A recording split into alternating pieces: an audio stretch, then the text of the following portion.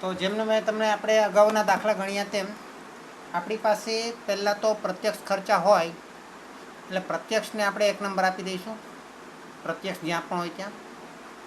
હે ને. પરોક્ષની અંદર કારખાનાને લગતા હોય ત્યાં આપણે 2 નંબર આપી દઈએ આપણી સરળતા માટે. જો આવી આદત નથી પાડવાની, પરીક્ષાની અંદર આવું બધું નથી કરવાનું. પછી ઓફિસ હોય તો આપણે 3 નંબર આપી દઈશું અને વેચાણ હોય તો આપણે 4 નંબર આપી દઈશું. થોડાક ટાઈમ આપણે આ કરશું, પછી ધીરે ધીરે એવી પ્રેક્ટિસ કરશું કે આ નંબર આપવાની જરૂર ના પડે. એ જ રીતે કાચો માલ હોય તો 1 નંબર, અર્ધ તૈયાર હોય તો આપણે છે ને જે મેં પત્રક બનાવ્યું છે એના કરતાં થોડું અલગ કરશું. આપણે આ પત્રકની અંદર કારખાના અને ઓફિસની વચ્ચે આપણે અર્ધ તૈયાર લખીએ છીએ, જ્યારે આપણે બુકની અંદર આપેલ છે એ પ્રમાણે પ્રત્યક્ષ અને કારખાનાની વચ્ચે આપણે અર્ધ તૈયાર લખશું. એટલે અર્ધ તૈયાર હોય તો એને 2 નંબર આપશું અને તૈયાર હોય તો ઓફિસ અને વેચાણની વચ્ચે આવશે એટલે તૈયારની અંદર આપણે 4 નંબર આપશું. હવે આપણે પહેલાં શરૂઆત છે, થોડાક ટાઈમ 4-5-10 દાખલા સુધી આવી રીતે નંબર આપશું, પછી આપણે નંબર આપવાની જરૂર નથી. કાચા માલની ખરીદી, કાચો માલ એટલે 1 નંબર. આવક માલ ગાડા ભાડું એટલે ખરીદીના ખર્ચા 1 નંબર. સીધી મજૂરી એટલે પ્રત્યક્ષ ખર્ચો 1 નંબર. યાંત્રિક કામના કલાકો છે, યંત્ર ક્યાં હોય? કારખાનાની અંદર એટલે 2 નંબર. યાંત્રિક કલાક દર 2 નંબર. શરૂઆતનો કાચા માલનો સ્ટોક, કાચો માલ છે એટલે 1 નંબર. તૈયાર માલનો સ્ટોક કીધો છે એટલે 4 નંબર. આખરનો કાચા માલનો સ્ટોક એટલે પાછો કાચો માલ છે એટલે 1 નંબર અને તૈયાર માલનો કીધો છે એટલે 4 નંબર. અર્ધ તૈયાર કીધો છે એટલે 2 નંબર લઈશું. અર્ધ તૈયાર કીધો છે એટલે 2 નંબર લઈશું. ઓફિસ પરોક્ષ ખર્ચા, કારખાના પડતરના ઓફિસ કીધું છે એટલે 3 નંબર. વેચાણ વિતરણ ખર્ચા તો વેચાણ વિતરણ કીધા છે એટલે 4 નંબર.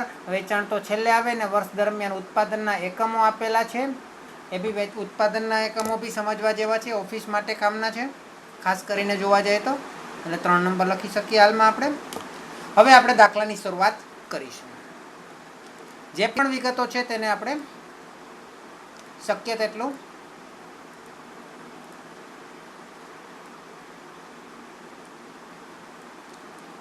ક્રમમાં લખવાનો પ્રયત્ન કરીશું.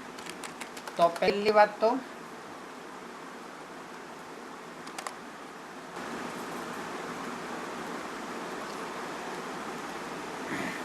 સૌથી પહેલા શરૂઆતનો કાચા માલનો સ્ટોક,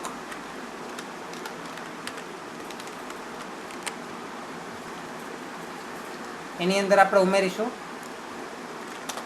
કાચા માલની ખરીદી,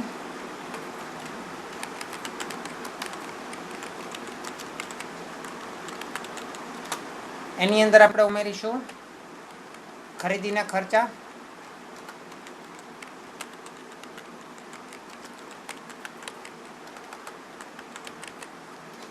એમાંથી આપણે બાદ કરીશું કાચા માલનો છેવટનો સ્ટોક.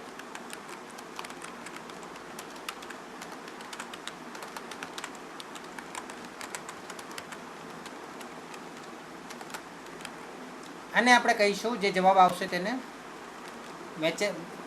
વપરાયેલ કાચા માલની પડતર, વપરાયેલ કાચા માલની પડતર. વપરાયેલ કાચા માલની પડતર આવે એટલે એની અંદર આપણે પ્રત્યક્ષ ખર્ચા અને પ્રત્યક્ષ મજૂરીને બધું ઉમેરી દઈએ. પ્રત્યક્ષ મજૂરી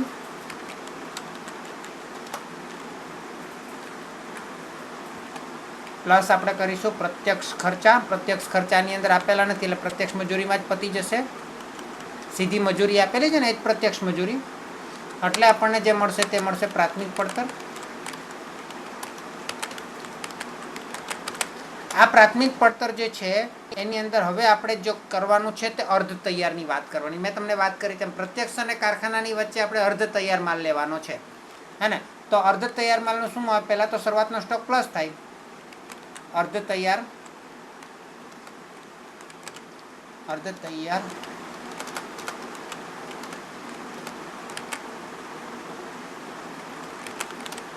માલનો શરૂનો સ્ટોક પ્લસ કરવાનો અને માઇનસ કરવાનું અર્ધ આર માલનો છેવટનો સ્ટોક.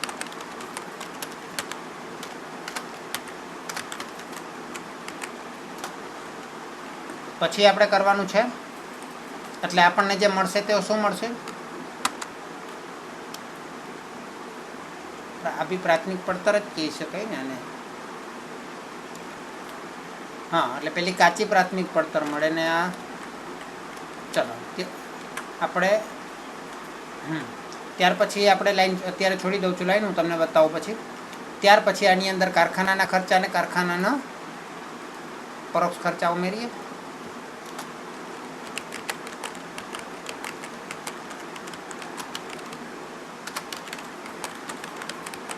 કારખાના પરોક્ષ ખર્ચા આપણે પ્લસ કરીશું, પણ કારખાના પરોક્ષ ખર્ચની અંદર છે શું? તો એની અંદર યાંત્રિક કામના કલાકો છે ને, એ જ એક જ વસ્તુ છે, બીજી કોઈ તો વસ્તુ છે નહીં. 2 નંબરમાં દેખાય છે બીજું કંઈ? 2 નંબરમાં આપેલું તો લઈ લીધું, અર્ધ તૈયાર માલનો શરૂઆતનો સ્ટોક ને છેવટનો માલ, હે ને? તો ખાલી યાંત્રિક કામના કલાકો અને યાંત્રિક કલાક દર આપેલો છે, એટલે 10,000 કલાક યંત્રને કામ આખો સમય દરમિયાન 10,000 કલાક કામ કરે છે એક યંત્ર, અને એક યંત્રને 1 કલાક કામ કરવાનો દર આપેલો છે 4 રૂપિયા. તો 10,000 ગુણ્યા 4 કુલ કેટલા રૂપિયા ખર્ચો થશે? એક યંત્રને 1 કલાક કામ કરવા માટે 4 રૂપિયાનો ખર્ચો થાય છે. પેટ્રોલ હોય, એનો ઘસારો હોય, બધું એની અંદર આવી ગયું, બરાબર છે? એને યાંત્રિક કલાક દર કહેવાય, હે ને? તો યાંત્રિક કલાક દર કલાક દીઠ 4 રૂપિયા આપ્યો છે. એવા કેટલા કલાક ચાલશે યંત્ર? 10,000 કલાક. 10,000 કલાક ચાલે તો 4 ગુણ્યા 10,000 કરી દેવાના, 40,000 ખર્ચો થાય. એ રીતે ગણવાનું છે. એટલે આપણે યાંત્રિક ખર્ચ ગણશું. શું ગણશું? યાંત્રિક ખર્ચ. ત્યાર પછી આપણને મળશે કારખાના પરોક્ષ ખર્ચ ઉમેરીએ એટલે આપણને મળશે કારખાના પડતર. કારખાના પડતર આવી જાય એટલે એની અંદર આપણે ઓફિસના પરોક્ષ ખર્ચા ઉમેરીએ. ઓફિસ પરોક્ષ ખર્ચની વાત કરીએ તો એક જ છે, ઓફિસ પરોક્ષ ખર્ચા કારખાનાની પડતરના બેઠા કહી દીધા છે, એટલે આમાં કોઈ આપણે અલગથી લાઈન બનાવવાની જરૂર નથી, સીધા પ્લસ કરી દઈશું.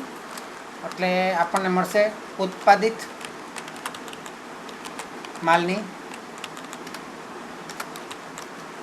ઓફિસ પડતર અથવા તો ઉત્પાદન પડતર. આ ઉત્પાદિત માલની ઓફિસ અથવા ઉત્પાદન પડતર મળે એની અંદર આપણે શરૂઆતનો તૈયાર માલનો સ્ટોક પ્લસ કરવાનો.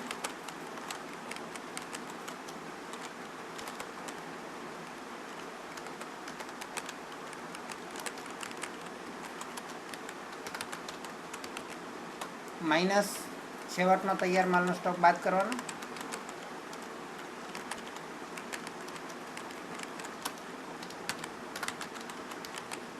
એટલે આપણને મળશે ઉત્પાદિતની જગ્યાએ વેચેલ. કારણ કે જે સ્ટોકમાં ફેરફાર હતો, ઉત્પાદિત 10,000 આપણે 26,000 એકમો થયો છે, હે ને? એમાંથી વેચાયો કેટલો?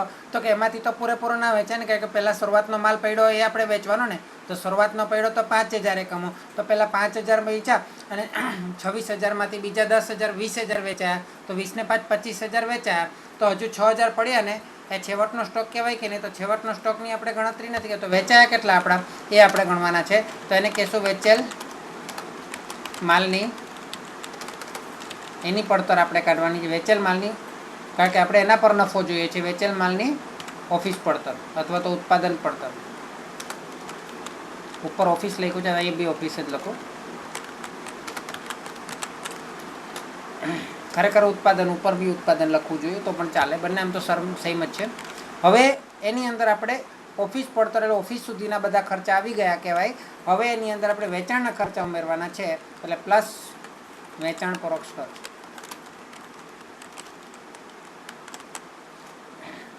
વેચાણ પરોક્ષ ખર્ચની અંદર વેચાણ અને વિતરણ ખર્ચા આપેલા છે, એક જ છે, પણ તેમ છતાં આપણે લખી રાખીએ.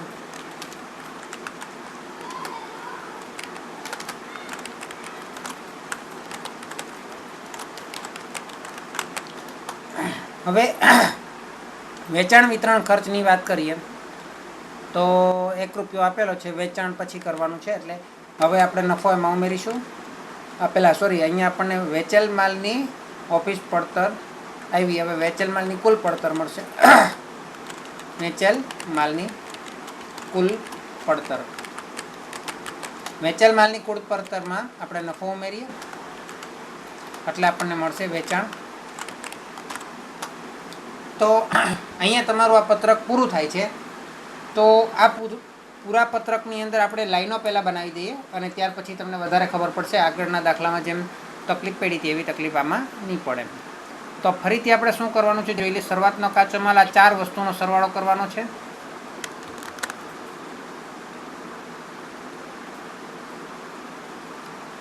આ 4 વસ્તુનો સરવાળો કરીશું. પછી એની અંદર વપરાયેલ કાચા માલની પડતર મળશે. એની અંદર પ્રત્યક્ષ મજૂરી ઉમેરીશું, સીધી મજૂરી, એટલે આપણને પ્રાથમિક પડતર મળશે. એની અંદર આખર માલનો સ્ટોક અને શરૂઆતનો સ્ટોક બાદ કરીશું, અર્ધ તૈયાર માલનો પ્લસ ને માઇનસ કરીશું એટલે આપણને એક આંકડો મળશે. એ આંકડામાં આપણે કારખાનાના પરોક્ષ ખર્ચા જે કે યાંત્રિક ખર્ચા છે તે આપણે ઉમેરીશું એટલે આપણને કારખાના પડતર મળશે. તેની અંદર ઓફિસ પરોક્ષ ખર્ચા આપણે ઉમેરીશું એટલે આપણને ઉત્પાદિત માલની ઓફિસ પડતર કે ઉત્પાદન પડતર મળશે. એની અંદર તૈયાર માલનો શરૂઆતનો સ્ટોક પ્લસ કરીશું અને છેવટનો બાદ કરીશું એટલે આપણને વેચેલ માલની ઓફિસ પડતર મળશે. એની અંદર વેચાણ પરોક્ષ ખર્ચા પ્લસ કરીશું એટલે આપણને વેચેલ માલની કુલ પડતર મળશે. એની અંદર આપણે નફો ઉમેરીશું એટલે આપણને વેચાણ કિંમત મળશે. પરંતુ આને હું સમજાવવા માટે એક એકમ માટેનું ખાનું બનાવું છું. સમજાવવા માટે એકમ અને એકમ દીઠ એટલે કે એકમ દીઠનું બનાવું છું ને એકમનું બનાવવાની જરૂર નથી. જોકે તો એક ખાનું આ તો આપણું રકમનું છે જ, પછી એકમ દીઠ બનાવું છું અને પાછળનું જે છે વધારાનું છે તેમાં હું એકમો સમજાવવા માટે લખીશ. તો આપણે કાચો માલ કેટલો વાપરીએ, પ્લાસ્ટિક કેટલું વાપરીએ, સાઈ કેટલી વાપરીએ, એના પરથી એ નક્કી ના થાય કે બોલપેન કેટલી બનશે. અંદાજો હોય પણ નક્કી થઈ શકે નહીં.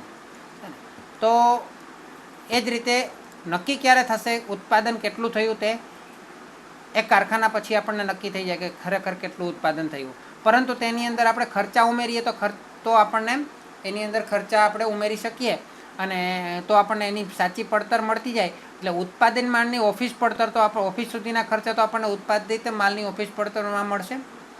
પછી વેચાણ ખર્ચા આપણે જેટલા કરવા હોય એટલે વધારે વેચાણ ખર્ચા કરીએ તો વધારે વેચાણ શક્ય બને, ઓછું વેચાણ ખર્ચા કરે તો ઓછું વેચાણ શક્ય બને. એક પણ વેચાણ ખર્ચો ના કરીએ અને સીધું વેચ્યા જ કરીએ, જ્યાં બન્યું ત્યાં જ ઊભા વેચી દઈએ, બરાબર છે, તો ત્યાં એ જ પડતર આપણી ગણાય. હવે આપણે શરૂ કરીએ છીએ ફરીથી. કાચા માલનો શરૂઆતનો સ્ટોક આપણે લખીએ.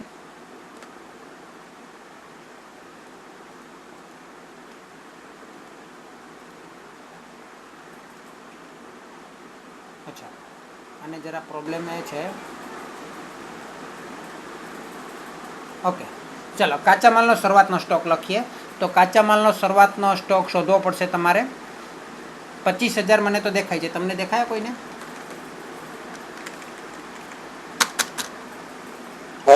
ઓકે, ચલો કાચા માલની ખરીદી જોઈએ. તો કાચા માલની ખરીદી તો શરૂઆતમાં જ આપેલી છે 1,15,000. ત્યાર પછી ખરીદીના ખર્ચા આપેલા છે. તો ખરીદીના ખર્ચામાં તો આવક માલ ગાડા ભાડું છે 4,000. ત્યાર પછી કાચા માલનો છેવટનો સ્ટોક જોઈએ. તો કાચા માલનો છેવટનો સ્ટોક આપણને છે તો ખરી. શરૂઆતનો કાચા માલનો સ્ટોક, છેવટનો તમને મળે તો કહેજો મને. હા, મને મળી ગયો 20,000 છે.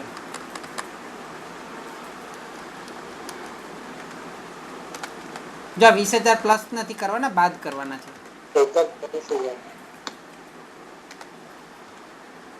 મળ્યો? ચલો મને આનો પ્લસ માઇનસ કરીને આપો. 25,000 1,24,000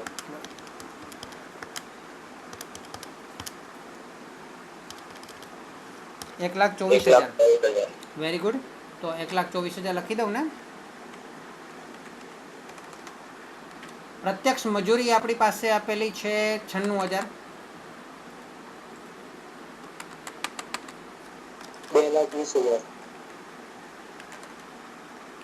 એટલે આપણને મળે છે 2,20,000. પછી અર્ધ તૈયાર માલનો શરૂઆતનો સ્ટોક આપણી પાસે છે અર્ધ તૈયાર માલનો શરૂઆતનો સ્ટોક 5000 એકમો. સાચું. એ આપણે વાપરવાના છે એટલે પ્લસ કરી દેવાનો, ઉમેરી દેવાના. અને છેવટનો સ્ટોક એ આપણે નથી વાપરવાનો. અર્ધ તૈયાર માલનો છેવટનો સ્ટોક 15000 જે આપણે નથી વાપરવાનો એટલે બાદ કરી દેવાનો. 2,10,000. એને તિજોરીમાં મૂકી દેવાનો છે એટલે આપણને શું આવશે? 2,10,000. હવે કારખાના પરોક્ષ ખર્ચામાં યાંત્રિક ખર્ચ જ છે. તો યાંત્રિક ખર્ચની અંદર યાંત્રિક કલાક દર એટલે કુલ કલાકો. એક મશીનને 1 કલાક ચલાવવું હોય તો 4 રૂપિયા ખર્ચ લાગે છે હે ને. તો એવું ટોટલી યાંત્રિક કામના કલાકો એટલે જેટલા મશીન છે બધા મળીને કુલ 10,000 કલાક કામ કરે છે, બરાબર. તો 10,000 કલાક કામ કરે તો એનો અર્થ એમ થયો 1 કલાકના 4 રૂપિયા છે તો 10,000 કલાકના કેટલા હોવા જોઈએ? 40,000. 40,000. Very good.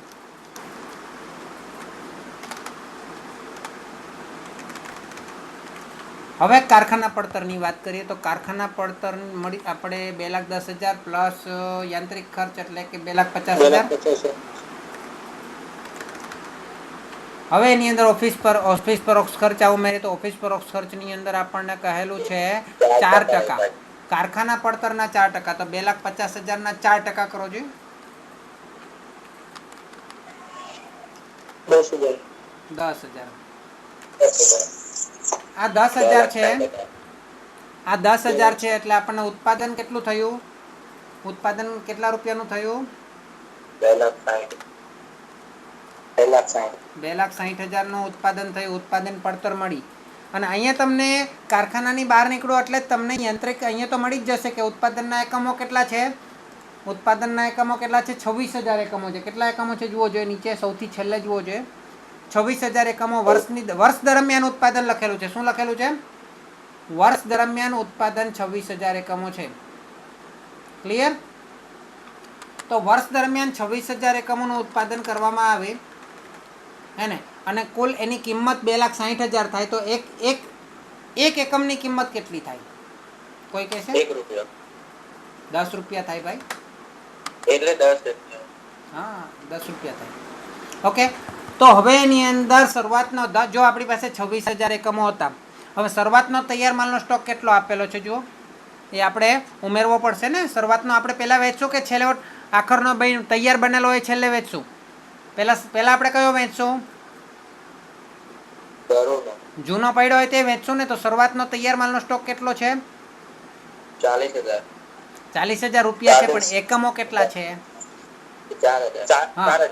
બરાબર છે. બંને લખશું. જો અહીંયા હું તમને સમજાવવા માટે બંને લખું છું. અહીંયા હું લખું છું પહેલા કેટલા કીધા તમે? 40,000. એની કિંમત 40,000 છે અને એકમો કેટલા છે? 4,000 હે ને. અહીંયા તો જો 40,000 ભાગ્યા 4,000 કરે એટલે 10 રૂપિયા જ આવે છે ને. પણ એવું જરૂરી નથી. ઘણી વાર એવું થાય કે તમારો શરૂઆતનો સ્ટોક હોય એની કિંમત કદાચ વધારે કે ઓછી પણ હોય. 9 રૂપિયા પણ હોય, 11 રૂપિયા પણ હોય, બરાબર. કારણ કે એ ટાઈમે કદાચ ઓછો વધારે ખર્ચ થયો હોય ઓફિસનો કે મજૂરીનો કે કારખાનાનો. હવે છેવટનો સ્ટોક કેટલો છે? છેવટનો સ્ટોક કેટલો છે? આખરનો તૈયાર માલનો સ્ટોક કેટલો છે? 5,000. તો એકમો છે ને. તો 5,000 એકમોની કિંમત કેટલી ગણશું આપણે? 10. ચલો આપણે અત્યારે તો 10 ગણી લઈ, તમે કહો છો તેમ. પરંતુ માની લો કે અહીંયા 9 હોતે, શરૂઆતના સ્ટોકની કિંમત અહીં 9 રૂપિયા હોતે, તો તમે છેવટના સ્ટોકની કિંમત કઈ ગણતા? 10 ગણતે કે 9 ગણતે? 19. એલા તું બરાબર વિચાર. આ સ્ટોકની એક એકમની કિંમત છે, એક બોલપેનની કિંમત છે. તો અહીંયા 10 હતો તો 20 કેમ નહીં ગણ્યા? અને 9 કરી દીધું તો 19 ગણ્યા.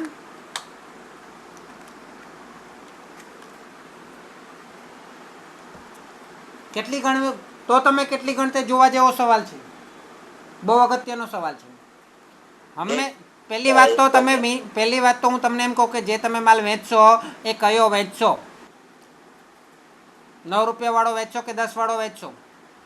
એટલે કે જે હમણાં તૈયાર થયો એ વેચશો કે તમે પહેલા તૈયાર થઈ ગયેલો એ વેચશો? પહેલા તૈયાર થઈ ગયેલો. એટલે શરૂઆતનો વેચશો ને 4,000 એકમો 9 રૂપિયા વાળો. એ તો વેચાઈ જ જવાનો કે નહીં? હા અને પછી જે 26,000 એકમો બીજા નવા બન્યા છે એમાંથી વેચવાનું શરૂ કરશો ને. પહેલા તો 4,000 એકમ વેચશો ને શરૂઆતના. પહેલા કયા વેચશો? જે નવો આવશે એ વેચી દો, જૂનો પડ્યો રાખશો. પહેલા જૂનો પછી નવો. હા, પહેલા જૂનો વેચાઈ ગયો 4,000. હવે તમારે 26,000 એકમમાંથી વેચવાનું શરૂ કર્યું. હા એમાંથી 5,000 નો સ્ટોક બચ્યો તો એની કિંમત કેટલી?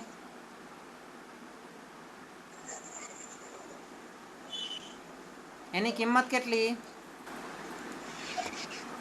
26,000 ની જે કિંમત કઈ હતી? 10 રૂપિયા હતી કે નહીં?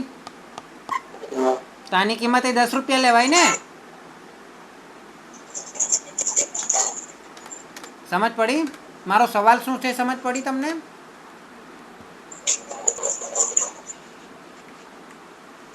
ચલો એટલે અહીંયા 50,000 થશે.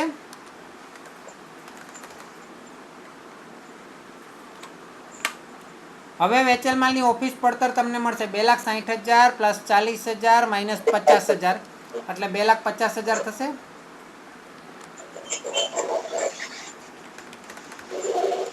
એની કિંમત તો 10 રૂપિયા જ રહેવાની છે. અહીંયા બી તમે એકમો ગણશો તો 26,000 માંથી 26,000 ને 4,000 30,000. 30,000 માંથી 5 એકમો વેચી કાઢ્યા એટલે 25,000. 5,000 એકમો વેચ્યા એટલે 25,000 એકમો રહે. હવે વેચાણ પરોક્ષ ખર્ચની વાત કરીએ તો વેચાણ પરોક્ષ ખર્ચની અંદર એક જ ખર્ચ છે, વેચાણ વિતરણ ખર્ચા. એમાં કીધું છે એકમ દીઠ 1 રૂપિયો. અત્યારે કેટલા એકમ છે આપણી પાસે? આપણે કેટલા વેચ્યા? આપણે કેટલા એકમો વેચ્યા? 25,000 એકમો વેચ્યા. જો 26,000 એકમનું ઉત્પાદન કર્યું. ગયા વખતના 4 એકમ હતા. 30,000 એકમો આપણી પાસે બન્યા. એમાંથી 5 એકમ બચ્યા છે. સ્ટોકમાં જોવા ગયા, ગોડાઉનમાં જોવા ગયા તો હજુ 5,000 એકમ બચ્યા છે. તો કેટલા વેચ્યા કહેવાય? 25,000 વેચ્યા કહેવાય. ગયા વખતના 4 હતા ગોડાઉનમાં 4,000. આ વખતે કેટલા બનાવ્યા? 26,000 બનાવ્યા. કુલ કેટલા થયા? 30,000 થયા. એ 30,000 માં પાછા આપણે ગોડાઉનમાં જોવા ગયા તો 5,000 પડ્યા છે હજુ. તો કેટલા વેચાયા છે?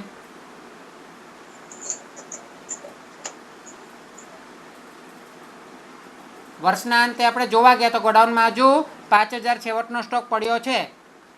તો 30,000 માંથી 5,000 પડ્યા છે તો કેટલા વેચાયા હશે?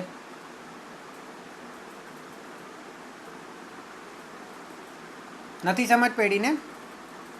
25. હા 25 જ ને, સિમ્પલ છે. હા તો 25,000 છે પરંતુ એની વેચાણ વિતરણ ખર્ચા કેટલા છે? 1 રૂપિયો છે. કેટલો છે? એટલે એક એકમનો 1 રૂપિયો એટલે એકમ દીઠ 1 રૂપિયો એટલે અહીંયા આપણે કેટલા થઈ જશે? 25,000 રૂપિયા ખર્ચો આવશે. અને 25,000 રૂપિયા અહીંયા ખર્ચો આવે એટલે કુલ એના કેટલા રકમ થઈ જશે? 2,75,000 થઈ જશે એની કુલ કિંમત. 2,75,000 કુલ પડતર મળશે. કુલ પડતર એટલે અહીંયા જોવા જઈએ તો 11 રૂપિયા થઈ જશે. અહીંયા તો 25,000 ના 25,000 એકમો જ રહેશે. નફાની વાત કરીએ તો આપણે પછી કરીએ. પહેલા વેચાણની કિંમત આપણને આપેલી છે. કેટલી આપેલી છે? 3 લાખ આપેલી છે. આ 3 લાખ માંથી 2,75,000 જાય એટલે કેટલા બચે?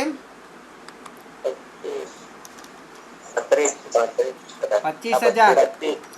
હવે મને એમ કહો કે 25,000 નફો આપણે લીધો, બરાબર છે? તો એક વસ્તુ વેચવાનો નફો કેટલો લીધો? એક વસ્તુ વેચવાનો નફો કેટલો લીધો? આપણે કુલ કેટલા એકમો વેચ્યા? 25,000. નફો આપણને કેટલો થયો? 1 રૂપિયો. વેરી ગુડ, શાબાશ. હે ને? તો આમ ટોટલી આપણે વેચાણ કિંમત એક વસ્તુની કેટલી રાખી? 12 રૂપિયા. વેરી ગુડ, શાબાશ. 12 રૂપિયા. કુલ 25,000 એકમો થયા.